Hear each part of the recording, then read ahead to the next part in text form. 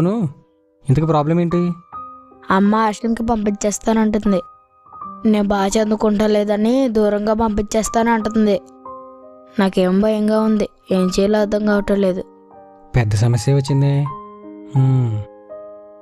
మరి అమ్మకి చెప్పచ్చు కదా, అమ్మే కదా అర్థం చేసుకుంటుంది. ఊరికన్నా నువ్వు మరీ చెప్తావు.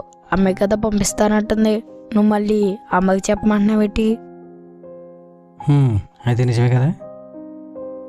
పోనీ బాగా చదివి ఎగ్జామ్స్లో ఫస్ట్ రా, అప్పుడు నేను ఎవరు ఎక్కడికి పంపించారు కదా. అదే వచ్చుంటే ఎంతవరకు వస్తానంటన్నా. చూడు చిన్ను, మనం ఏం చేసినా ఫోకస్గా చేయాలి. ఎవరైనా ఏం చేసినా మనం చేయగలమనే నమ్మకం ముందు మనకు ఉండాలి. అమ్మ తిట్టిందనో హాస్టల్కి పంపించేస్తానందనో ఈ భయాలతో ముందుకెలా వెళ్తావు? నా మాట విను, వీళ్ళమ్మతో చెప్పు నేను వెళ్ళను అని. అమ్మో, నా వల్ల కాదు, నన్ను వదిలే.